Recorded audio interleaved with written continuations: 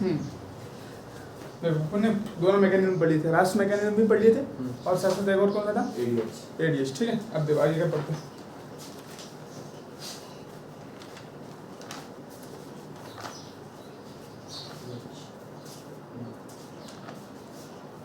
अब अपना जो मैकेनिज्म बाकी है वो कौन सा है, एएनएफ है ना।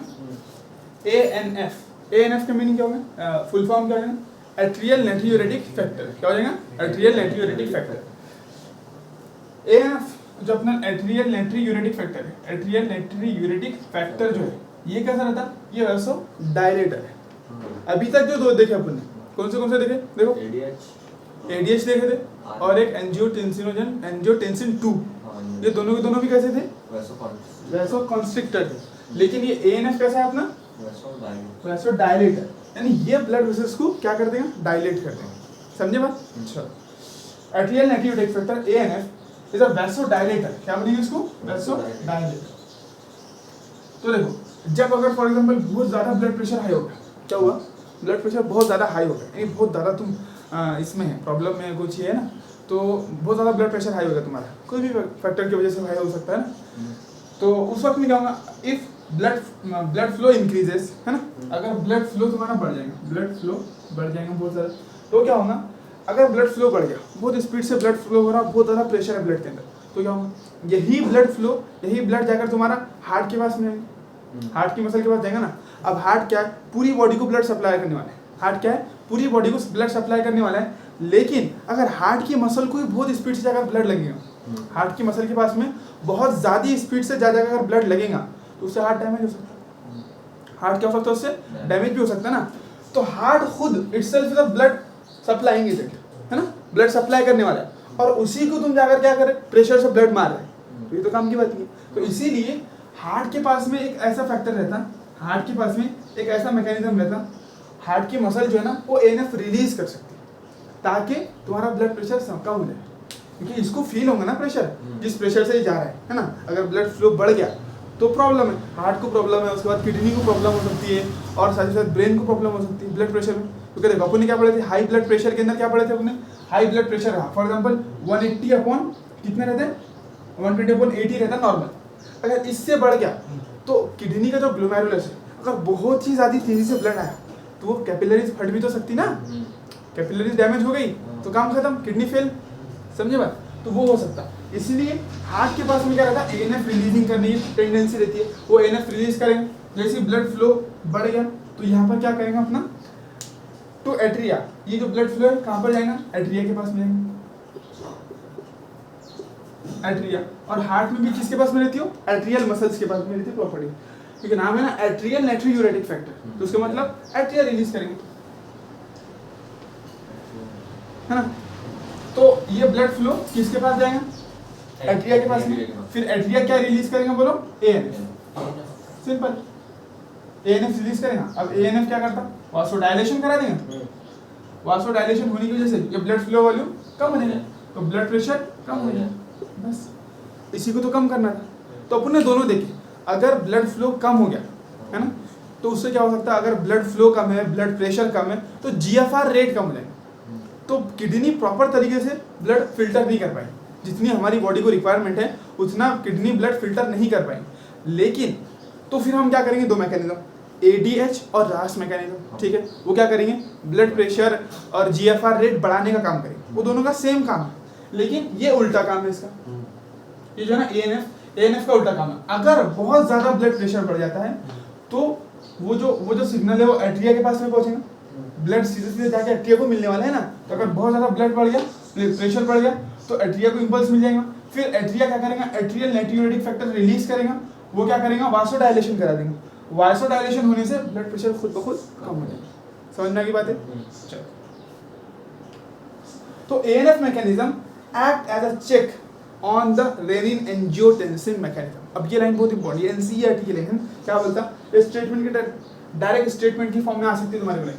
क्या बोला उसने, जो एएनएफ मैकेनिज्म है, यानी अभी जो पढ़ा तुमने, तो बोलो कौन से मैकेनिज्म सिमिलर काम करते हैं और कौन से मैकेनिज्म डिफरेंट काम करते हैं। अपने कितने मैकेनिज्म पढ़े, 3, है ना। सबसे पहले अपने पढ़े एडीएच, उसके बाद में पढ़े रास, RAAS रास है ना, ठीक है। उसके बाद में पढ़े ANF। तो अगर मैं बात करूं इन दोनों की, तो ये दोनों कैसे बोलो? सिमिलर है ना, इनका फंक्शन क्या है? सेम है, फंक्शन ऑलमोस्ट जो है तो एक ही काम कर रहे हैं। हाँ सेम, ठीक है। अगर मैं बात करूं किसकी, इन दोनों की बात करूं, ANF की और RAS की, तो ये क्या करने वाला है? वासो कंस्ट्रिक्टर, ब्लड प्रेशर बढ़ाने वाला है, GFR रेट बढ़ाने वाला है, और ये क्या करने वाला है? कम करने वाला है। तो ये क्या बोलेंगे? एक दूसरे से उलट काम करे, अपोजिट काम करे, है ना।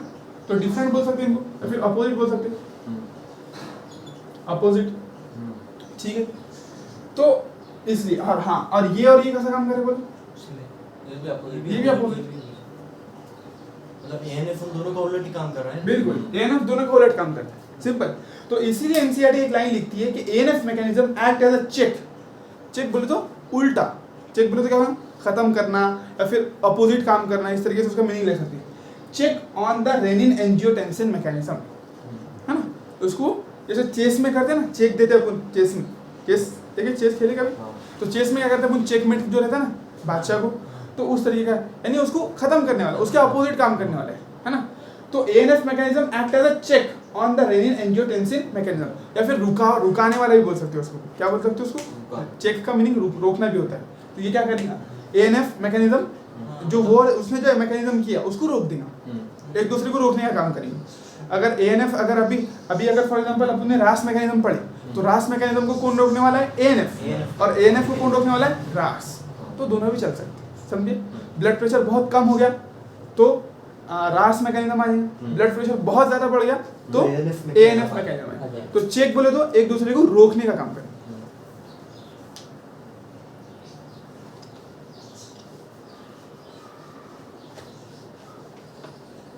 ठीक, चलो हो गया सारी चीजें। अब हम NCERT देख लेते हैं, मतलब क्या क्या लाइन, यानी अपन ने जितना पढ़े उतना सारा NCERT में कवर हुआ है नहीं, कुछ लाइन छूटी हुई तो वो भी देख लेंगे, ठीक। देखो अब तुम देखते जाना, बस तुम समझ में आ गया ना, तीनों चीजें अच्छे से दिमाग में फिट है। अब देखो अपना लाइन NCERT पढ़ेंगे।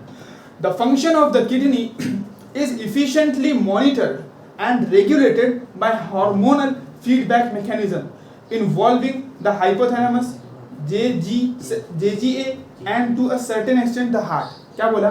The function of the kidney is efficiently monitored। जो किडनी का जो फंक्शन है वो कौन मॉनिटर कर रहा है, उसको कौन कंट्रोल कर रहा है? बोलते हैं तीन चीजें, हाइपोथैलेमस, उसके बाद भी कौन सा बोला? JGA यानी जुक्स्टाग्लोमेरुलर apparatus and certain extent the heart, और हमारा दिल, ठीक है। उसके बाद देखो ऑस्मोरिसेप्टर्स इन द ब्लड। अब चलो क्या चालू होगा मैकेनिज्म, अब हाइपोथैलेमस के बारे में बात करें, है ना। Osmoreceptors in the body are activated by changes in blood volume। जैसे ही ब्लड वॉल्यूम में चेंज हुआ तो ब्लड में मौजूद ऑस्मोरिसेप्टर्स क्या होंगे? एक्टिवेट हो जाएंगे, समझे। एंड आयोनिक कंसंट्रेशन, तो दो चीजों में अगर कमी हुई, कुछ भी हुआ, कमी या ज्यादती, तो क्या होगा? देखो अगर ब्लड वॉल्यूम कम हुआ या फिर आयोनिक कंसंट्रेशन कम हुआ, दोनों भी अगर कम हुए तो क्या होगा? हमारा ऑस्मोरिसेप्टर्स जो मौजूद है वो एक्टिवेट हो जाएंगे, simple. And excess loss of fluid from the body. अब ये कब हो सकता है? जैसे गर्मी के वक्त में पसीना बहुत जा रहा, एक्सेस लॉस तभी होता है ना अपना, जब गर्मी है, पसीना बहुत जा रहा, तो क्या होगा? एक्सेस लॉस होगा। And excess loss of blood fluid from the body can activate these receptors which stimulate the hypothalamus to release anti diuretic hormone ADH और वासोप्रेसिन। तो अगर बहुत ज्यादा पानी लॉस हो गया हमारी बॉडी से तो क्या होने वाला है? क्या ऑस्मोरिसेप्टर सिग्नल भेजेंगे हाइपोथैलेमस को, हाइपोथैलेमस क्या करेगा? एक हार्मोन रिलीज करेगा जिसका नाम क्या है? ADH। इसका नाम क्या है? ADH, और वासोप्रेसिन भी बोलते हैं उसको, है ना। एंटी डायरेटिक हार्मोन और वासोप्रेसिन फ्रॉम द न्यूरोहाइपोफाइसिस। आगे लाइन कवर हो गया वो भी पॉइंट। न्यूरोहाइपोफाइसिस यानी न्यूरोहाइपोफाइसिस क्या चीज है? ये पोस्टीरियर पिट्यूटरी का दूसरा नाम है ना, neurohypophysis. ADH facilitates water reabsorption from later part of the tube। अब ADH क्या करता बोलता? रीअब्जॉर्प्शन कराता है लेटर पार्ट से, बस सिंपल। हम DCT से, बिल्कुल PCT से नहीं, DCT से बोलना है ना, DCT से। Thereby preventing diuresis, और उसकी वजह से क्या होगा? अब पानी बहुत ज्यादा, देखो पसीने के जरिए पहले ही पानी बहुत सारा लॉस हो चुका था, अब अगर यूरिन के थ्रू भी ज्यादा पानी लॉस होना चालू हो जाएंगे फिर तो कुछ भी बॉडी के अंदर बचेंगे नहीं ना, पानी डिहाइड्रेशन हो जाएगा। इसीलिए अब क्या करें अपन? Later part of the tubule से पानी का रीअब्जॉर्प्शन करा रहे हैं, यानी DCT से पानी को रीअब्जॉर्ब करा रहे हैं ना। ये कराने में क्या हो जाएगा अपना पानी प्रिवेंट हो जाएगा, क्योंकि क्या हो रहा था अपना स्वेटिंग के जरिए पसीने के जरिए पहले ही बहुत ज़्यादा पानी बह रहा था। अब अगर हम यूरिन के थ्रू प्रिवेंट होने से बचा लेंगे या फिर लॉस होने से बचा लेंगे, यानी प्रिवेंट कर लेंगे उसको सिंपल, तो काम जम जाएगा अपना। ठीक है, an increase in the body fluid volume can switch off the osmoreceptor. अब जैसे ही वो अलार्म क्यों एक्टिवेट हुआ था, क्योंकि चेंज हो गया था कम होने की वजह से, बंद कर दिया। अब जैसे ही क्या होगा, तुम नॉर्मल स्टेट पे आ गए, जैसे ही इंक्रीज होगा जो नॉर्मल था blood fluid volume ionic concentration, जैसे ही सारी चीजें नॉर्मल है तो खुद ब खुद ऑस्मोरिसेप्टर्स खामोश पड़ जाएंगे, है ना, तो उसको डिटेक्ट कर लेंगे और वो स्विच ऑफ बोलेंगे, कैन स्विच ऑफ द ऑस्मोरिसेप्टर्स। तो जो अलार्म, ऑस्मोरिसेप्टर क्या है अपना अलार्म है, तो जैसे ही सारी चीजें नॉर्मल है ऑस्मोरिसेप्टर स्विच ऑफ हो गए, thereby can switch off the osmoreceptors and suppress the ADH release to complete the feedback। और उसकी वजह से जब ऑस्मोरिसेप्टर खामोश बैठ गए तो इसका मतलब फिर ADH को इंपल्स मिल गया कि आपकी सारी चीजें नॉर्मल है, तो अब वो हाइपोथैलेमस ADH रिलीज करने वाला नहीं है। बस ADH can also affect the kidney function। ये हाइपोथैलेमस जो है इसको कुछ रिसेप्टर से जाके बोलेंगे ना कि अब इनको हाँ, ADH रिलीज नहीं करने का। नहीं देखो, अलार्म बज रहा था तो उसको खुद सुने आ रहा था, ADH को सुने आ रहा था, अच्छा ADH रिलीज करना है, अलार्म बजना बंद हो गया, ऑस्मोरिसेप्टर खामोश बैठ गए अपने, स्विच ऑफ हो गए, इसका मतलब ADH को समझ में आ गया कि भाई अब कुछ नहीं करना, काम जम गया अपने, समझे ना। हाइपोथैलेमस को ये अंदाजा हो गया कि अब ऑस्मोरिसेप्टर्स डीएक्टिवेट हो गए, वो इंपल्स नहीं भेज रहे, मतलब ऑस्मोरिसेप्टर जब ये नॉर्मल पे आ जाएगा, बॉडी फ्लूइड वॉल्यूम बढ़ जाएगा, तो ऑस्मोरिसेप्टर्स मैसेज देना बंद कर देंगे, बिल्कुल, तब जाके फिर हाइपोथैलेमस रिलीज नहीं करेंगे। क्योंकि वो बात किसकी सुनता था, ADH को पहले से कुछ नहीं मालूम, ADH को सारी इन्फॉर्मेशन ऑस्मोरिसेप्टर दे रहे अपने। अब अगर ऑस्मोरिसेप्टर ने उनको ऐसी इन्फॉर्मेशन दे दिया, इन्फॉर्मेशन देना बंद कर दिया, स्विच ऑफ ऑस्मोरिसेप्टर बोले तो वो जो अलार्म था अपना वो बंद हो गया, सिंपल, अलार्म बंद तो ADH का रिलीज भी बंद हो जाएगा, क्योंकि अलार्म बज रहा था तभी जाकर तो ADH रिलीज हो रहा था ना, यानी रिसेप्टर से ऑस्मोरिसेप्टर से इंपल्स वहां तक जा रहे थे तभी जा तक तो ADH रिलीज हो रहा था। अब ऑस्मोरिसेप्टर ही अपने क्या हो गए, बंद हो गए, तो वही काम खत्म, है ना, ADH रिलीज भी बंद हो जाएगी। ठीक है, अब ADH can also affect the kidney function by it's constrictory effect on the blood vessels. अब ADH किडनी के फंक्शन को कैसा कंट्रोल करता है बोला, कॉन्स्ट्रिक्टरी उससे, है ना, क्योंकि वो ब्लड जो है ना अपना वेसल्स वो कॉन्ट्रैक्ट कर सकता है, तो कॉन्ट्रैक्ट कर दिया, अगर ब्लड फ्लो कम है, GFR कम है, तो क्या होगा, किडनी प्रॉपर तरीके से ब्लड फिल्टर नहीं कर पाएंगे, क्योंकि प्रेशर ही तो है ना, कोई अलग मशीन थोड़ी लगा दी अपन ने अंदर, प्रेशर की वजह से तो कर पा रहे थे ना अपन, अगर प्रेशर ही कम है तो फिर तो काम ही बिगड़ जाएगा अपना। तो वो क्या करेगा, क्योंकि वो वासो कंस्ट्रिक्टर भी है, ब्लड वेसल्स को कॉन्ट्रैक्ट भी कर सकता है, इसीलिए वो यानी ब्लड वेसल को कॉन्ट्रैक्ट करके प्रेशर बढ़ा लेगा, उसकी वजह से GFR रेट बढ़ जाएगा, क्योंकि अल्ट्रा फिल्ट्रेशन तो पूरा प्रेशर पर ही डिपेंड हाँ है। बिल्कुल, ultra filtration completely depend on pressure, क्योंकि अंदर कोई मशीन ही नहीं है, सिंपल एकदम है कहना। चलो, ADH can also affect the kidney function by its constrictory effect on blood vessels. This causes an increase in blood pressure, and increase in blood pressure can increase the GFR, glomerular blood flow, and thereby GFR. Glomerular blood pressure या फिर glomerular blood flow and thereby GFR।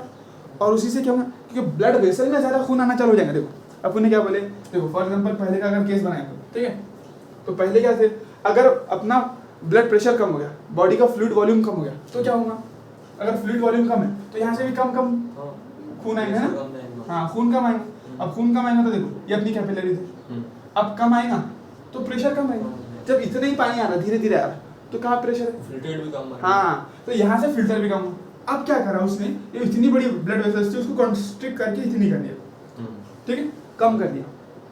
दो काम करा, एक तो body fluid volume भी बढ़ाया reabsorption करके, साथ ही साथ इनको भी कंप्रेस कर दिया, तो क्या होगा, अब देखो थोड़ा वॉल्यूम भी बढ़ गया था और थोड़ा हाँ फ्लूइड बढ़ गया। अब क्या होगा, अब प्रेशर बढ़ जाएगा, अब प्रेशर बढ़ जाएगा, यानी देखो इसको बोलते हैं अपन ग्लोमेरुलर ब्लड फ्लो, यानी ग्लोमेरुलस के अंदर ब्लड ज्यादा आ रहा हो, जब ब्लड ज्यादा आएगा तो फिल्टर ज्यादा होगा, GFR बढ़ेगा। तो GFR अलग चीज है, देखो GFR ग्लोमेरुलर ब्लड फिल्ट्रेट है ना, ग्लोमेरुलर क्या है, ग्लोमेरुलर फिल्ट्रेशन रेट है वो, है ना, और ग्लोमेरुलस ब्लड फ्लो क्या है अपना, ब्लड फ्लो वो यहाँ की चीज है, ग्लोमेरुलस में कितना ब्लड आ रहा है, तो जितना अगर ये ब्लड बढ़ जाएंगे, अगर देखो यहाँ पर पहले कम ब्लड आ रहा है, अब क्या हुआ ज्यादा ब्लड आ रहा है और वो भी प्रेशर से आ रहा है, तो इसकी वजह से ज्यादा ब्लड फ्लो फिल्टर हो पाएंगे, एकदम मदद बन गया, एकदम बारीक लगेगा, ठीक है। समझे बात? मतलब ब्लड भी बढ़ गया यहाँ पर और वो जो प्रेशर ही बढ़ गया। वेसल्स वो भारी। हाँ, ब्लड भी बढ़ गया और साथ ही साथ जो वेसल्स है वो भी कंस्ट्रिक्ट कर गई, है ना, कंप्रेस कर गई।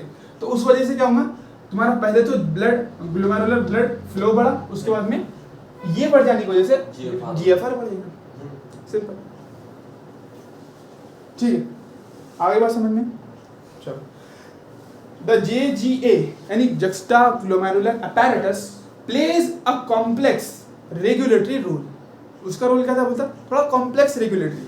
अब देखो, पूछने के लिए तुमको पूरा मैकेनिज्म पूछेगा क्या? नहीं, क्या पूछ सकता, ADH जो है वो वैसो कॉन्स्ट्रिक्टर है या फिर वैसो डायलेटर है, ये पूछ सकता है। उसी के साथ साथ तुमको ये पूछ सकता कि ADH जो है वो अगर फॉर एग्जांपल GFR रेट कम हो गया, केस बना के जैसे केस स्टडी दे सकता कि भाई a person which is walking in the फिर running in the sunlight have excessive fluid loss from their body, है ना। एक पर्सन है जो क्या कर रहा है, अपने धूप में जा रहा है, भाग रहा है, तो उसकी बॉडी से बहुत ज़्यादा स्वेटिंग हो रही है। तो फिर अब क्या होगा, स्वेटिंग होगी तो उसका जो बॉडी फ्लूइड वॉल्यूम है वो कम हो रहा है, तो कौन सी चीज़ एक्टिवेट हुई, तो तुमको बोलना पड़ेगा ADH। तो मैकेनिज्म से ऐसी केस स्टडी आ सकती है, उसके क्वेश्चन बन सकते हैं। अगर कॉन्सेप्चुअल क्वेश्चन बनाना चाहे तो ऐसा तुम घबराना नहीं कि यार ये क्या अगर दे दिया करके तुमने पढ़ी नहीं, केस स्टडी है, दिमाग को दौड़ाना अपने, अरे अच्छा ब्लड फ्लूइड वॉल्यूम कम हो गया, है ना, यानी ब्लड प्रेशर कम हो गया। अब ब्लड प्रेशर कम हो गया तो इसका मतलब किडनी में प्रॉपर तरीके से ब्लड नहीं जा रहा है, तो उसको बढ़ाने के लिए क्या कर सकते हैं अपन, दो मैकेनिज्म, एक ADH और एक RAS। तो ऑप्शन में कोई एक गिवन होगा, उसको टिका देना अपने, समझे बात?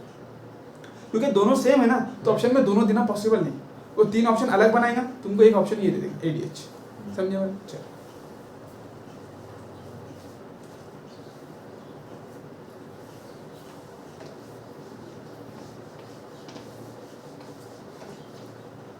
हाँ अब देखो, the JGA plays a complex regulatory role, a fall in GFR, blood flow, यानी जब GFR कम होता ना तो दोनों चीज़ एक्टिवेट हो जाती है अपनी, ADH मैकेनिज्म भी एक्टिवेट हो जाता, साथ ही साथ RAS मैकेनिज्म भी एक्टिवेट होता, ऐसा मान के चलना है। क्योंकि NCERT ऐसा नहीं बोलती ना कि स्पेसिफिक टाइम पर स्पेसिफिक होगा, उसने क्या बोली, देखो ADH का मैकेनिज्म अपने GFR के कम होने में भी देख ली, ADH का रोल अपने GFR को बढ़ाने में, यानी कम है तो उसको बढ़ाने में भी देख ली, और RAS तो स्पेशली GFR के लिए है ना। तो इसीलिए अपन बोल सकते हैं कि अगर GFR कम हुआ, बॉडी फ्लूइड वॉल्यूम या ब्लड प्रेशर कम हुआ, तो एट अ टाइम दोनों मैकेनिज्म एक्टिवेट हो जाते हैं, समझे बात?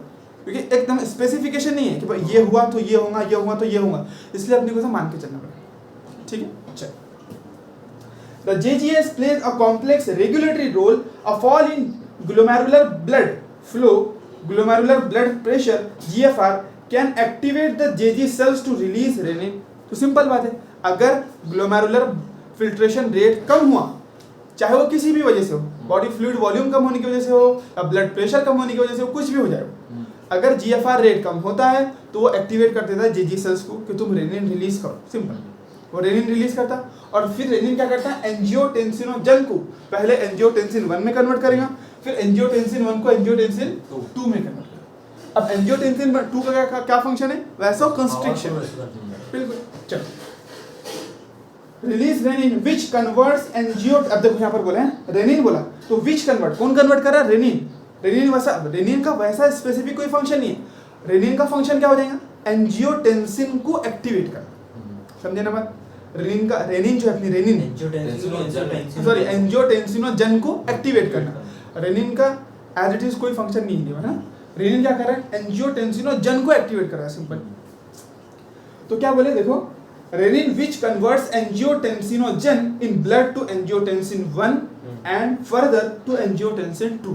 फर्दर क्यों बोला, क्योंकि angiotensin 1 is not a good vasoconstrictor, ठीक है। Angiotensin 2 being a powerful vasoconstrictor, और जो एंजियोटेंसिन 2 है वो कैसा अपना पावरफुल वो है vasoconstrictor, increase the glomerular blood pressure. अब वो क्या करेगा, ब्लड फ्लो नहीं बढ़ाएगा, ब्लड प्रेशर बढ़ा देगा। क्योंकि देखो, अगर देखो फॉर एग्जांपल यहाँ पर था तो इतना अगर ब्लड बह रहा था यहाँ पर, है ना, अपना जो है ब्लड फ्लो इतना ही था, तो वो क्या करेगा, ब्लड वेसल को कंस्ट्रिक्ट कर देगा। अब अगर ब्लड वेसल क्या हुई, कंप्रेस हो गया, देखो ब्लड वेसल अगर कंप्रेस हो गई तो खुद ब खुद ब्लड का प्रेशर बढ़ गया ना, वॉल्यूम कम हुआ तो प्रेशर बढ़ गया, सिंपल है। जैसे तुमने पानी क्यों नहीं बढ़ा, जैसे फॉर एग्जांपल नल से जो पानी आ रहा था वो तुमने उछना रहने दिया, लेकिन सामने जब तुमने पाइप पर हाथ लगाया तो खुद ब खुद प्रेशर आ गया। क्या तुमने नल से पानी बढ़ाया कि नहीं बढ़ाया? लेकिन वॉल्यूम करे कम करे तो उससे प्रेशर खुद ब खुद बढ़े। सिंपल। आई बात समझ? रेनिन ने क्या किया? अपना रेनिन ने एंजियोटेंसिन 1 था, है ना, एंजियोटेंसिनोजन जन जन बोलते हैं, ठीक है, जन, इसको कन्वर्ट किया पहले एंजियोटेंसिन 1। किसने किया? Renin, itself renin. फिर एंजियोटेंसिन 1 को किसमें कन्वर्ट कर दिया? 2 में। सबसे अच्छा वासोकंस्ट्रिक्टर कौन हो गया? एंजियोटेंसिन 2, ठीक है। Being a powerful vasoconstrictor increase the glomerular blood pressure को उसने बढ़ा दिया, ठीक है, एंड thereby GFR, और उसकी वजह से क्या होगा? फिर GFR बढ़ गया, प्रेशर बढ़ गया, तो प्रेशर ही तो होना था अपने को, प्रेशर बढ़ गया इसका मतलब GFR बढ़ गया, सिंपल। GFR, उसके बाद देखो क्या बोला उसने, angiotensin 2 also activates the adrenal cortex। वही बात, एक तरफ GFR बढ़ा रहे हैं, दूसरी तरफ जो किडनी के ऊपर जो ग्लैंड रहता है ना, इसको क्या बोलते हैं अपन? Adrenal gland. क्या बोलते हैं उसको? Adrenal gland. तो उसके दो पार्ट पढ़े अपन ने, एक मेडुला, हाँ बिल्कुल, तो एड्रिनल मेडुला है, वो कैसा है बोलो? हार्ट के, हाँ अंदर है, अंदर की तरफ है। अब जब अंदर की तरफ है तो इसका मतलब अंदर वाले ऑर्गन को क्या करेंगे? कंट्रोल करेंगे। फाइट और फ्लाइट। हाँ, फाइट और फ्लाइट के अंदर इसके जो हार्मोन है वो फाइट और फ्लाइट में काम आने वाले अपने, यानी भागने के वक्त में या फिर लड़ने के वक्त, है ना। और जो एड्रिनल कॉर्टेक्स है अपना, ये जो बाहर का रीजन है एड्रिनल कॉर्टेक्स,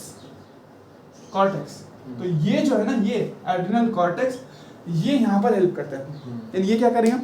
ये हाँ एल्डोस्टेरोन रिलीज करेंगे, एल्डोस्टेरोन रिलीज करेंगे। अब ये एल्डोस्टेरोन जाएगा कहाँ पर? डीसीटी के ऊपर एक्ट करेगा और वहां से सोडियम का और पानी का रीअब्जॉर्प्शन कराएगा। सिंपल, समझ में आई चीज?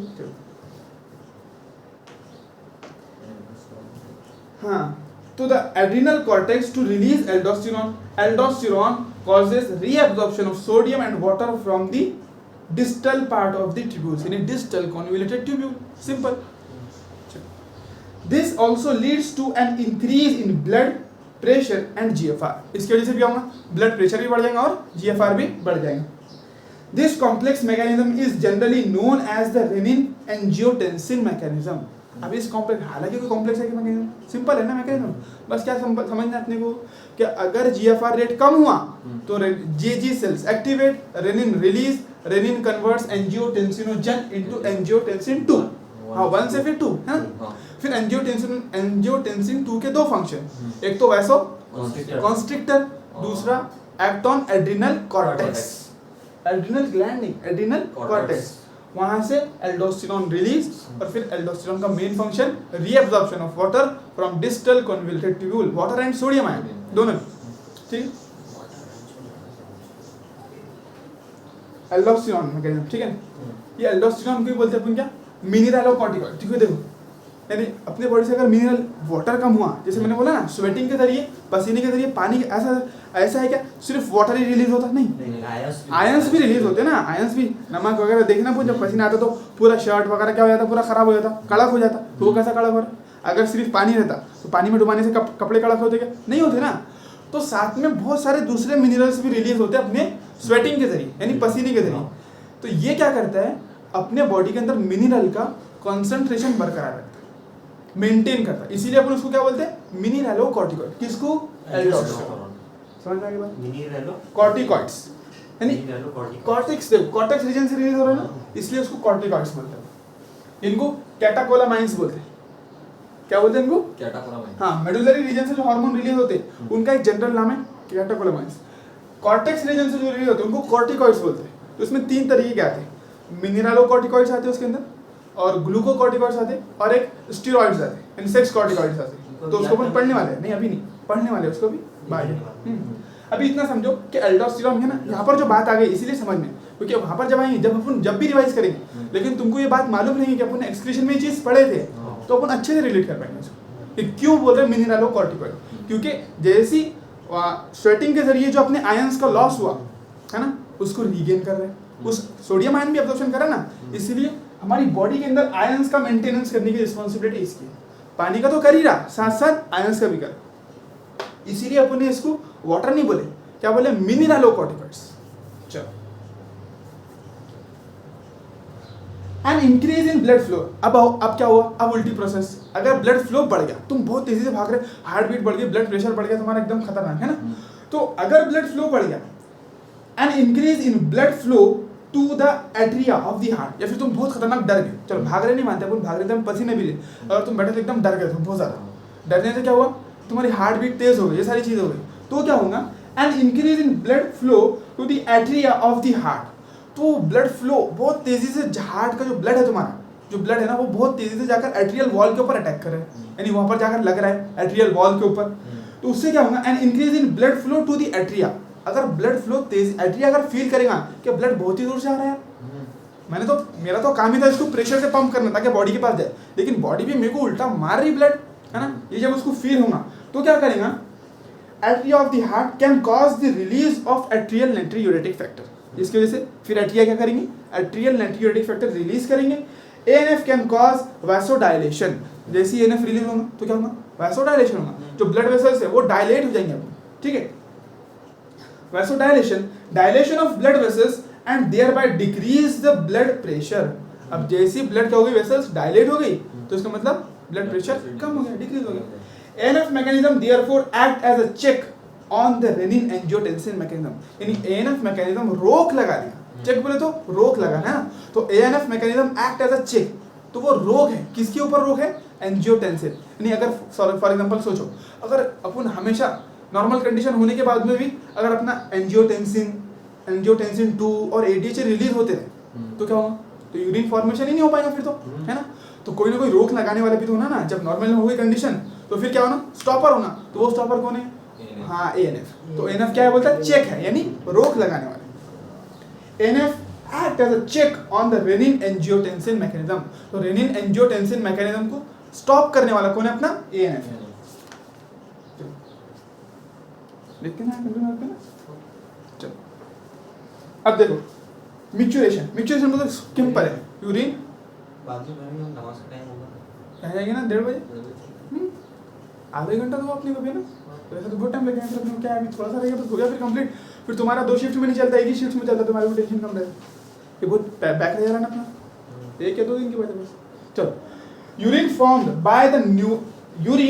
Bye the nephrons is ultimately carried to the urinary bladder. अब मिक्चुरेशन बोले तो अभी देख रहे थे अपन यूरिन फॉर्म कैसा हुआ, अब जैसे यूरिन को स्टोर और रिलीज कैसा होगा वो बोलते हैं मिक्चुरेशन, ठीक है। अभी तक जो देखे अपन ने वो सारा वही देखे कि यूरिन का फॉर्मेशन कैसे होता है, वो तो कॉन्सेंट्रेट करें। अब क्या होगा, यूरिन को अपन स्टोर करेंगे और उसको रिलीज करेंगे, तो वो कलेक्टिंग डक्ट तक देखना, हाँ बिल्कुल, अपन कलेक्टिंग डक्ट यानी यूरिन का फॉर्मेशन देखिए। अब क्या देख रहे हैं अपन, यूरिनेशन देख रहे हैं कि भाई किस तरीके से रिलीज करने वाले अपन करके ना, रिलीज का मैकेनिज्म क्या है। Urine formed by the nephron is ultimately carried to the urinary bladder. तो जो तुमने यूरिन बनाए थे ना किडनी से, तो वो वहां से कहाँ आने वाला है, यूरिनरी ब्लैडर में। तुम पहली डायग्राम निकालो, देखो एनसीईआरटी की सबसे पहले जो दी हुई है, सबसे पहले पेज पर, जिसके एक्सक्रीशन के फर्स्ट पेज पर दी हुई होगी, है ना, किडनी से एक यूरिनरी ब्लैडर निकल रहा। तो अल्टीमेटली जो पूरी किडनी जो ब्लड फिल्टर करती है, 1 मिलियन नेफ्रॉन मिलकर जो ब्लड फिल्टर करते हैं और जो भी यूरिन बनाते, है ना, जो भी यूरिन बनाते, इसका मतलब जो भी फिल्ट्रेट बनाते वो पूरा, तो वो जो है एट लास्ट कहाँ पर, यूरेटर के जरिए बाहर निकल जाएगा किडनी की, ठीक है ना। तो वेयर इट इज स्टोर्ड, हाँ यूरिनरी ब्लैडर के जरिए बाहर निकल जाएगा, यूरेथ्रा के जरिए है ना, नहीं यूरिनरी ब्लैडर, यूरेटर नहीं सर, यूरिनरी ब्लैडर, ये किडनी है ना, यूरिनरी ब्लैडर में जमा होता ना, सॉरी यूरेटर के जरिए, यूरेटर, हाँ सही बोल, यूरेटर के, तो ये क्या है हमारा यूरेटर, यूरिनरी ब्लैडर में जमा होगा, सही बोल, यूरिनरी ब्लैडर में वो जमा होगा, सही है, ठीक है। किडनी में से यूरेटर के जरिए बाहर निकले, हाँ यहाँ पर पूरा ब्लड फ्लो हुआ था, फिल्टर हो गया था अपना अच्छे से, सारा जितना यूरिन बना था वो फॉर्मेशन यहाँ पर हो गया। अब क्या करना है, उसको ट्रांसपोर्ट करके यूरिनरी ब्लैडर में स्टोर करना है, तो वो कहाँ से आएगा, ये आएगा, इसको क्या बोलेंगे अपन, यूरेटर, सिंपल। चलो, कैरीड टू यूरिनरी ब्लैडर, लाया जाएगा, वो कहाँ पर लाया जाएगा, एक बैग है ना यूरिनरी ब्लैडर का, ये बैग, इस बैग में लाया जाएगा, किसके जरिए आएगा, यूरेटर के जरिए। तो यहाँ पर फॉर्मेशन हुआ, अब यहाँ से यहाँ ट्रांसपोर्ट हो रहा है सिर्फ उसका, सेंट्रल नर्वस सिस्टम क्या है, अभी वो जा रहे हैं, अभी थोड़ा रुक जाओ, पहले समझो जितना आपने बनाए थे वो सारा इसके अंदर आके स्टोर करना है। कौन लाने वाला है, यूरेटर लाने वाला है, और इसको इस बैग का नाम क्या है, यूरिनरी ब्लैडर। चलो, where it is stored till a voluntary signal। अब ये कब तक के, देखो यहाँ से बना यहाँ तक के ला लिया अपने, दोनों किडनी, एक इधर साइड की, इधर साइड की भी किडनी, दोनों किडनी से यहाँ पर लाकर जमा कर ली। अब क्या होने वाला है कि जब तक के ऊपर से सिग्नल, देखो अभी अपन नॉर्मल कंडीशन में, लेकिन अपने को भी फील होता है क्या, मैच्योरेशन फील होता है क्या, नहीं होता? क्यों? जब तक कि ये ब्लैडर भर नहीं जाता, क्योंकि प्रोसेस चालू है, लेकिन हमेशा अगर अपने को फील होता रहेगा कभी एक एक बूंद जमा हो रहा है इसके अंदर, तो फिर अपना दिमाग तो वही रहने वाला है, किडनी के उसमें रहने वाला है ना दिमाग अपने, कभी कितना हुआ कितना हुआ कितना हुआ, अपने को फील ही नहीं होता, अपने को मालूम ही नहीं पड़ता कितना, एकदम से अपने को इम्पल्स आता। वो कब आता? जब इसकी 70% 80% फीलिंग हो जाती तब अपने को सिग्नल आता, तब तक के कुछ ही टेंशन नहीं रहता अपने को।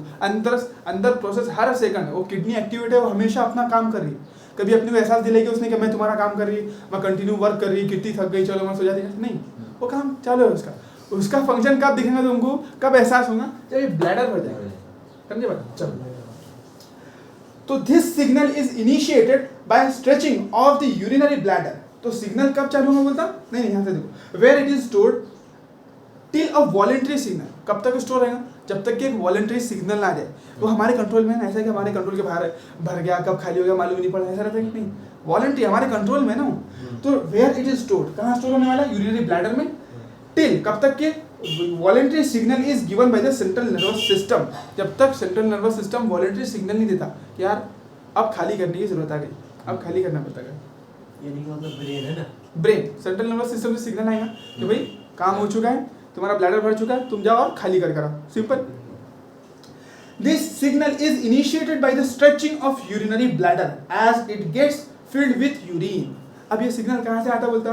This signal is initiated. देखो पहले क्या होगा, ब्लैडर तुमको मैसेज नहीं बोलेगा, ब्लैडर से अंदर से आवाज करके बुक्के मारता है कि भर गया ना, निकालना चल, क्या करेगा, बाहर चलेगा, ऐसा होता है कि नहीं होता? ब्लैडर के अपने ऊपर ब्लैडर का कंट्रोल है, ब्लैडर अपने को कुछ नहीं बोल सकता। वो क्या करता, देखो यहाँ पर इतनी तरह फीलिंग हो गई है ना, 60-70% फीलिंग हो गई, तो उसको भी तो थोड़ी बहुत सांस लेने के लिए जगह रखना पड़ता है। ऐसा तो नहीं कि पूरा फील हो जाएगा फिर एकदम, ऐसा तो नहीं है ना काम, है ना? तो उसको थोड़ी सी स्पेस रखना पड़ता है। तो थोड़ी फीलिंग होगी ना, तब से वो इम्पल्स देना चालू करता है। दूसरे उधर से आना शुरू है ना? हाँ, अभी भी आना चालू है ना, कंटिन्यू है ना, तो एकदम पूरा भरने के बाद बोलेगा, फिर वो जब आएगा तो फिर क्या करने वाला है, ब्लॉक कर देंगे पूरा, है ना? तो इसीलिए ये इतनी खाली जगह थोड़ी खाली जगह, 70% फीलिंग हो गई, तो ये क्या करता है, अपना ब्रेन बना लो, ठीक है? यहाँ पर अपना जो ब्रेन है अपना, ठीक है, इस तरीके से ब्रेन। अब ये इम्पल्स इसको ही जैसे 60-70% फीलिंग होगी, तो ये जो मसल्स है इनमें स्ट्रेच होती है, ये फैली रहती है। अब गुब्बारे में अपन क्या है, अगर थोड़ा पानी भरे तो इतना टेंशन नहीं, लेकिन जैसा जैसा पानी बढ़ते जाता अपना बलून के अंदर, तो वैसा वैसा स्ट्रेच होते जाता, हाँ फूलते जाता, स्ट्रेच होता। तो ऐसे ही हमारी बलून की जैसी मसल्स रहती है ना, एक बैग है ना ये मसल का, तो वो भी स्ट्रेच होगी। 60-70% यूरिन नहीं बन जाए तब तक स्ट्रेच नहीं, बिल्कुल स्ट्रेच होती नहीं, उतना वॉल्यूम तो बहुत कम है ना उसके लिए, वो मसल की वॉल्यूम। गुब्बारा भी तो बहुत पतला रहता है, ये अपनी जाड़ी मसल की बनी रहती, तो इतना टेंशन नहीं रहता उसको।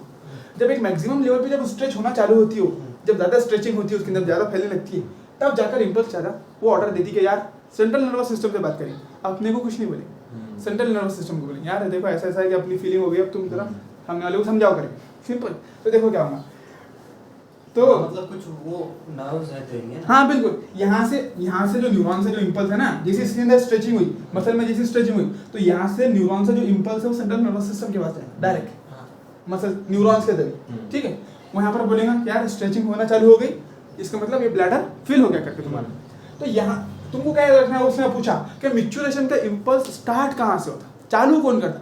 डायरेक्ट दिमाग को मालूम है क्या कितना फर्क है? नहीं यहाँ पर दिमाग देखते बढ़ा क्या कितना फर्क है? नहीं, वो तो यहाँ पर है ना, यूरिनरी मसल से चालू होता है, नहीं जब मसल्स की स्ट्रेचिंग होती है, यूरिनरी ब्लैडर के मसल की जैसी स्ट्रेचिंग होती है, तो वहां से इम्पल्स चालू होता है, ठीक है? तो this signal is initiated by the stretching of urinary bladder as it gets filled with urine, ठीक है? भर जाएगा, तो पूरा तरीके से नहीं, थोड़ा बहुत खाली रहेगा जब, ठीक है ना? इट इन रिस्पॉन्स, अब उसके रिस्पॉन्स में अब जैसे ब्रेन को मैसेज करके फोन लगा रहा, तो ब्रेन अपने को कुछ नहीं बोलेगा क्या? अपना बॉडी का सारा कंट्रोल ब्रेन के ऊपर है, तो ब्रेन तो बोलने वाले हैं ना, कैसे मैंने उसका फोन उठाते ही मैंने बहुत टाइम पास कर दिया, उसको तो उतनी काम है यार, 3-4 मरतबा वही काम करने वाला दिन भर के, मैंने उठाया, ऐसा चलेगा कि नहीं? जैसे वो ब्रेन को इम्पल्स देगा तो ब्रेन अपने को करना चालू कर देगा।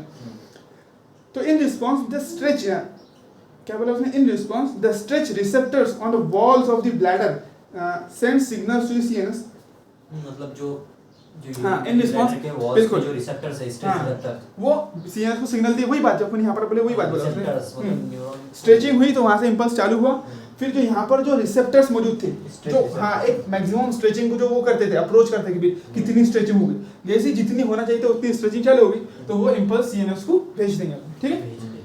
The stretch receptors on the wall of the urinary bladder send signal to CNS, यानी अभी दिमाग तक के गए सिग्नल, हाँ तक के गए अभी। The CNS passes on motor's messages to initiate the contraction of smooth muscles of the urinary bladder and stimulates and simultaneous relaxation of the urethral sphincter causing the release of the urine। अब क्या होगा, फिर CNS किसको, अब जो हमारा brain है उसके पास में सारी चीजों का कंट्रोल है, वो हर ऑर्गन को हमारे कंट्रोल कर सकता है एक्सेप्ट हार्ट, समझे मैं, ठीक है। देख कहाँ तक बोल दिया अपने कि फिर वहां से यानी ब्रेन के पास सिग्नल जा चुका था अपने, अब वहां से सिग्नल आएगा, कहाँ पर आएगा, इसकी मसल्स, यूरिनरी ब्लैडर की ही मसल पे, देखो इसमें स्ट्रेचिंग हो रही थी तो इसने सिग्नल भेजा क्योंकि ये कुछ नहीं कर सकता है। अब जो इसकी जो दूसरी मसल है जो कॉन्ट्रैक्ट कर सकती है, एक तो स्ट्रेच करने वाली मसल थी वो स्ट्रेच हो गई, अब ये जो सिग्नल भेजेगा वो जो कॉन्ट्रैक्ट करने वाली मसल थी वो दबाना चालू करेगी, धीरे धीरे प्रेशर बनाना चालू करेंगे, है ना, तो प्रेशर बनना चालू करेंगे।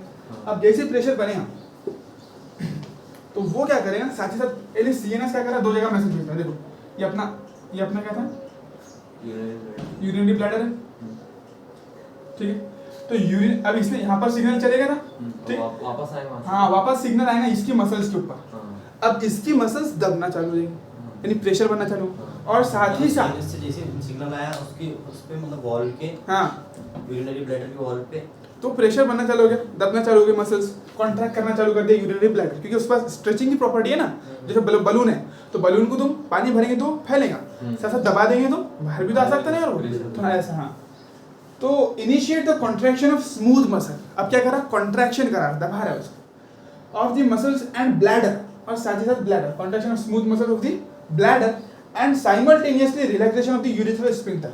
अब यूरेथ्रा के पास में एक स्फिंक्टर है, ये तो अपना वो हो गया, अब तुम देखो पहले इस पे चल जाओ, सबसे पहले ये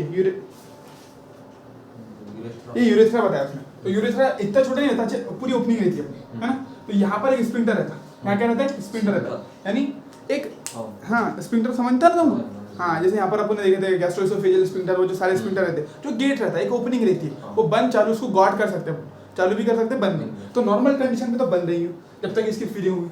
अब जैसे ऊपर से सिग्नल आया तो इसकी स्ट्रेचिंग भी हुई, साथ साथ इसको भी वो क्या करेगा, इम्पल्स देना चालू कर देगा, बार बार इसको भी मैसेज आना चालू होगा, तो एक साथ दोनों चीजें रिलीज नहीं करते जब तक कि मैसेज आती रहता है, बिल्कुल बिल्कुल रोक के रखे तो, हाँ रोक के रखे तो वो काम होगा ना चालू, प्रेशर बनते रहता ना, आते ही रहेगा, तो उतनी प्रॉब्लम नहीं होगी कि ये मसल्स को ऊपर से ऑर्डर मिल रहा, तुम भले ही कंट्रोल कर रहे, लेकिन इधर से भी तो ऑर्डर मिल रहा है ना उसको, तो बहुत मुश्किल होता अपने लिए, समझे बात तुम, तो एक फिर वो एक लिमिट रहती, एक लिमिट तक इंसान कंट्रोल करता है, फिर बाद में इनवॉलेंट हो जाता काम, समझे ना, तो वो लिमिट है, जैसे तुम अपनी बॉडी पे कंट्रोल कर सकते हो, ब्रेन का कितना कंट्रोल है, तो एक लिमिट तक तुम्हारा कंट्रोल तुम्हारी बॉडी पर है, बाकी बॉडी खुद ब खुद तुम्हारी बॉडी को कंट्रोल कर लेगी, समझे ना बात, ऐसा है। तो the contraction of the smooth muscles of the bladder and the simultaneous relaxation of the urethral sphincter causing the release of the urine, तो फिर अगर दोनों अगर कॉन्ट्रैक्ट करके स्मूथ मसल कॉन्ट्रैक्ट करी और इसका रिलैक्सेशन हो गया, इसका मतलब जो स्फिंक्टर बंद था वो खुल गया, तो क्या होगा, अब क्या होगा, यूरिनेशन हो जाएगा, यूरिन बाहर रिलीज हुई, समझे। The process of release of urine is called maturation, तो यूरिन फॉर्मेशन को मैच्योरेशन नहीं बोलते, the process of release of urine है ना, यूरिनेशन को रिलीज बोलते हैं, मैच्योरेशन बोलते हैं, and the neural mechanism causing it is called the maturation reflex. तो न्यूरल जो मैकेनिज्म है यानी मसल्स से ब्रेन तक जाना और फिर ब्रेन से वापस मोटर सिग्नल मसल्स तक आना और यूरेथ्रल स्फिंक्टर को जो स्फिंक्टर है उसको क्या करना, रिलैक्स करना, ये सारा मैकेनिज्म मैच्योरेशन रिफ्लेक्स कहलाता है। क्या कहलाता है, मैच्योरेशन रिफ्लेक्स, ठीक है। अब देखो ये तो पूरा पैराग्राफ पढ़े, लेकिन तुमको लगता क्या कि भाई इसमें से कुछ सिग्नल आएगा, क्वेश्चन आएगा, ऐसा लगता है कुछ, देखो क्वेश्चन क्या क्या बन सकते, पढ़ना सारी चीज़ है लेकिन ध्यान क्या होना चाहिए, क्वेश्चन क्या बनता है, क्योंकि अपन क्यों पढ़ रहे हैं, नॉलेज गेन करने के लिए, रटने के लिए, याद करने के लिए पढ़ रहे हैं, नहीं, मकसद क्या है पढ़ने का, तो भाई एट द प्रेजेंट जब हम नीट के पेपर में बैठे तो जो क्वेश्चन आए तो हमने हमारे दिमाग में पहले उस तरीके से सोच चुका हो, समझे ना बात, पढ़ने का मतलब क्या है, हाँ क्या पूछा, कहाँ से पूछा, तुमको खुद को ऐसा विचार है यार ये क्वेश्चन तो मैंने खुद ने सोचा कि ये पूछ सकता है पैराग्राफ, अरे वही क्वेश्चन पूछा, इस तरीके के कॉन्फिडेंस डेवलप होने। तो मतलब ऐसा क्वेश्चन पूछेंगे जो हम सोच रहे थे। बिल्कुल, किताब में से पूछना, जैसे मैं तुमको पेपर बनाने वाला बोल दूँ कि भाई चलो पेपर सेट करो, तो तुम क्या करेंगे, ये बुक है इसमें से पेपर सेट करो, तो कुछ ना कुछ इसी में से उठाना पड़ेगा।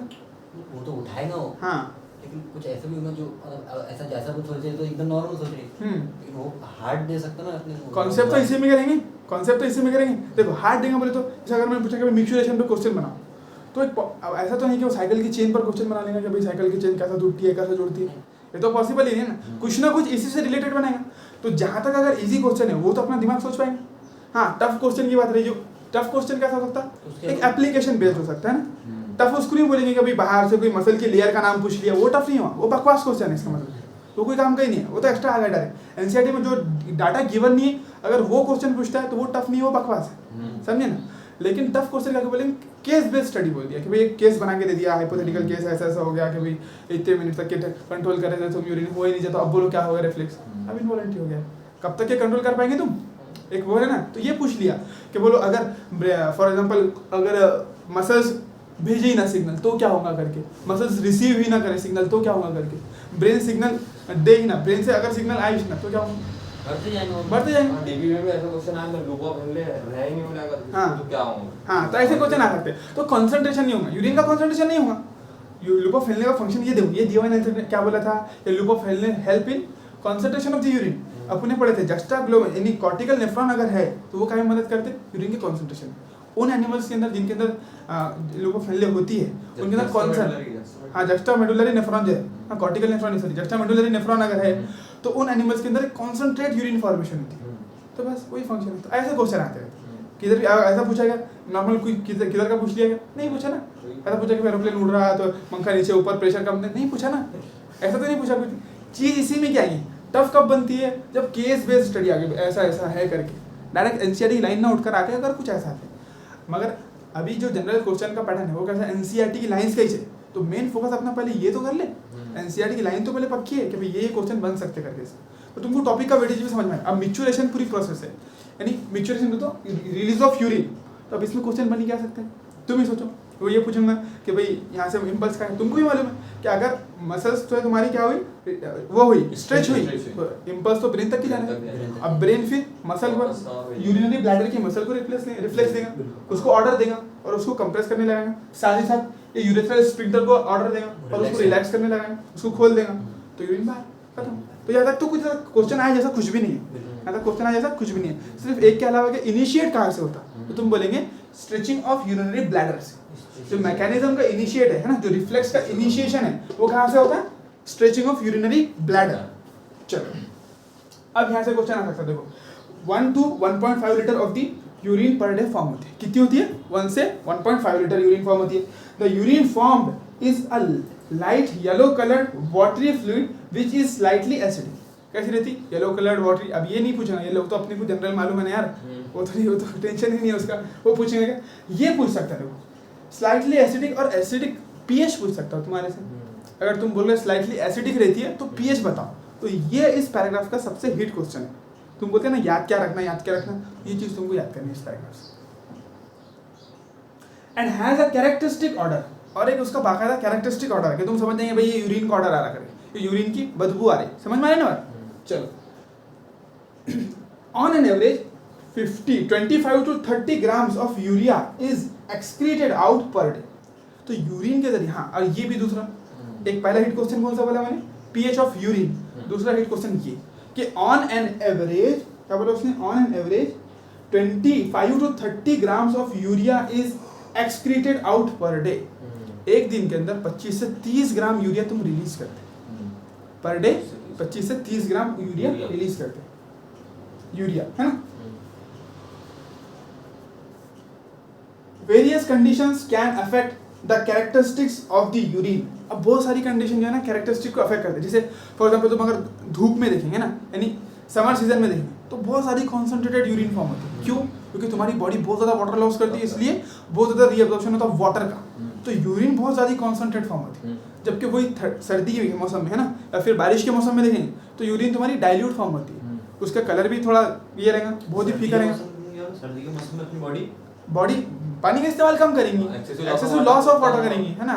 उसमें पहले कम होगा। हाँ, यानी बॉडी से पानी का लॉस नहीं हुआ, पसीने के जरिए स्वेटिंग के जरिए पानी का कुछ भी लॉस नहीं हो रहा, तो फिर वाटर बचाने की जरूरत ही नहीं ना। जो कुछ भी तुम पानी पिएंगे तो मैक्सिमम वो रिलीज कर देंगे यूरिन के थ्रू, समझ पाए। तो यूरिन के थ्रू अगर वाटर रिलीज हो रहा है, सर्दी में मेरे ख्याल में सर्दी में जो है तो अपना ज्यादा वो होता ना स्वेटिंग, यूरिनेशन। हाँ तो वही ना, यूरिनेशन ज्यादा ही हो रहा है ना। ऐसे लॉस ऑफ वाटर नहीं हो रहा ना। समर की बात करें ना अभी समर में देखो समर में मैंने क्या बोला, समर के अंदर क्या होगा, यूरिनेशन ज्यादा नहीं होगा, रीअब्जॉर्प्शन ज्यादा होगा, यानी पानी को यूरिन में से निकाल लिया जाएगा। और समर में जो है कंसंट्रेटेड, हाँ कंसंट्रेटेड यूरिन फॉर्म होगी, मतलब है ना, क्योंकि पानी पूरा निकाल रहे तो सॉल्यूट बच रहा, तो इसलिए कॉन्सेंट्रेशन ज्यादा है ना। जैसे शरबत में तुमने सिर्फ शक्कर रहने दिए, पानी पूरा निकाल लिया, एक कप पानी लिया, उसके अंदर 1 कप शक्कर डाल ली, तो कितनी कॉन्सेंट्रेटेड होगी, पानी निकाल लिए तो कॉन्सेंट्रेशन बढ़ गई। तो उसी तरीके का काम हो रहा है समर में। लेकिन विंटर में क्या हो रहा है, तुम पानी निकालने का टेंशन नहीं लेते, भाई बहुत सर्दी है, जरूरत ही नहीं पानी की, जितना पी रहे सब बाहर, तो उसमें क्या हो रहा है, ज्यादा यूरिन भले ज्यादा वो डाइल्यूट हो रहा है, वो डाइल्यूट यूरिन का फॉर्मेशन। लेकिन वो यूरिन डाइल्यूट है। अब ये क्वेश्चन आ सकता है यूरिनेशन के ऊपर, in which of the following condition concentrate urine is form, more concentrate urine form. ये क्वेश्चन आ सकता है कि मोर डाइल्यूट यूरिन फॉर्म। तो विंटर में और रेनी सीजन में क्या होगा, डाइल्यूट यूरिन का फॉर्मेशन होगा, और समर सीजन में कॉन्सेंट्रेटेड यूरिन का। तो एट लास्ट तुम्हारे दिमाग में यही सोचने को ना कि क्वेश्चन क्या बनेगा। जब भी तुम एनसीईआरटी की लाइन पढ़ रहे हो तो तुम्हें क्या सोचने को ना, लाइन तो समझ लो, कॉन्सेप्ट समझ लो, याद रख लो, लेकिन मेन चीज है कि क्वेश्चन क्या बनने वाला है इस पैराग्राफ से। अब देखो इतना बड़ा टॉपिक पढ़े, लेकिन इसकी जो वेटेज है ना वो बहुत ही कम है। रेयरली क्वेश्चन बने तो बने, सिर्फ 2 ही चीजें ऐसी जो क्वेश्चन पूछे एग्जामिनर है। और वैसा कुछ भी क्वेश्चन पूछेगा क्या, वो एनसीईआरटी में एंड के बाद में क्या दिया पूछेंगे कि भाई पेज नंबर 32 में एंड के बाद में और है क्या द है, ऐसा कुछ नहीं पूछेंगे। कुछ कॉन्सेप्ट पूछना है ना, नीट का एग्जाम है भाई, थोड़ा तो वैल्यूएबल क्वेश्चन पूछना पड़ेगा ना, उसको लगे भाई क्वेश्चन है करके, ठीक है। And has a characteristic order, on an average 25 to 30 gram of urea is excreted out per day. कितना बोला, पर डे में बोला, एक मरतबा की यूरिनेशन में नहीं, per day 20 to 30 gram of urea is excreted out per day, यानी 1 लीटर से 1.5 लीटर के अंदर यूरिन के अंदर 20 से 25 ग्राम यूरिया रहता है, ठीक है। 20 से 25 ग्राम, 25 to 30 grams. Various conditions can affect the characteristic of urine. Analysis of urine help in clinical diagnosis of many metabolic disorders as well as malfunctioning of the kidney. अब बहुत सारी कंडीशन बोले, तो अभी जो कंडीशन बात कर रहे थे तो वो बोलिए मैंने कि भाई कंडीशन आउटसाइड की, एक बॉडी की खुद की condition.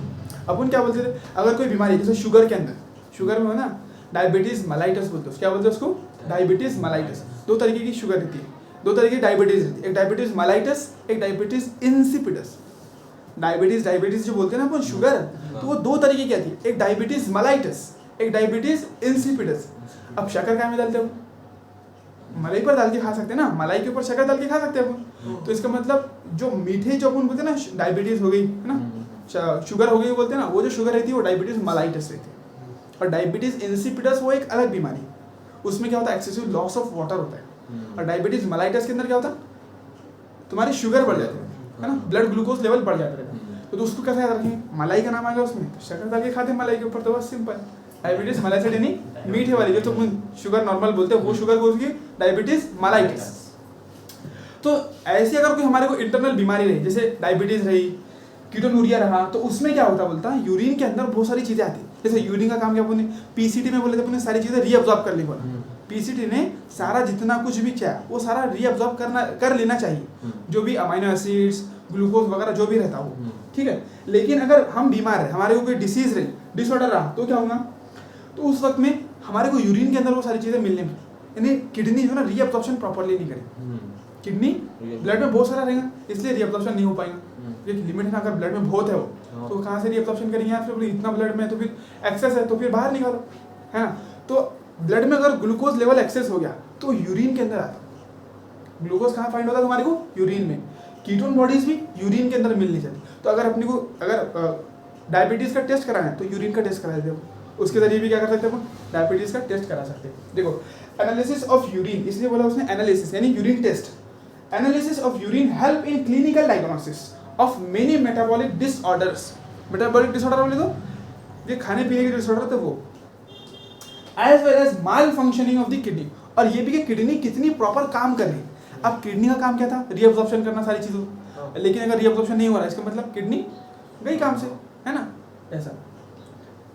For example presence of glucose यानी glycosuria and ketone bodies ketonuria in the urine are indicative of diabetes mellitus है। अभी बोला मैंने, अगर तुमको डायबिटीज हुई तो इसका सिग्नल कहाँ से मिलेगा?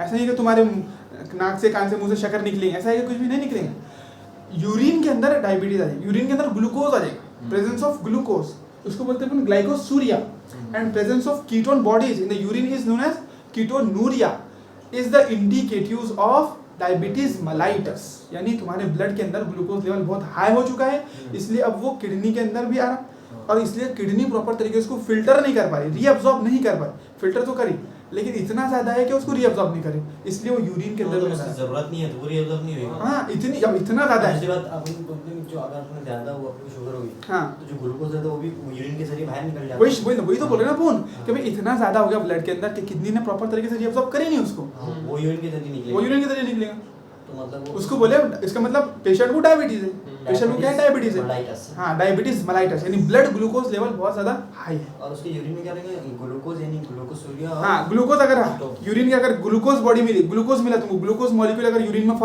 फॉर्म हुआ या फिर फॉर्म होनी फाइंड हुआ तो ग्लाइकोसूरिया बोल देंगे। अगर कीटोन बॉडी फॉर्म होती है, ग्लाइकोसूरिया तो एक बीमारी बोले अपन, कंडीशन का नाम है। अगर यूरिन में बीमारी डायबिटीज मेलाइटस है, देखो बीमारी डायबिटीज मेलाइटस है, लेकिन ग्लाइकोसूरिया कंडीशन है। अगर यूरिन में ग्लूकोज मिलता है तो ग्लाइकोसूरिया, यूरिन में कीटोन बॉडीज मिलती है तो कीटोनूरिया, सिंपल।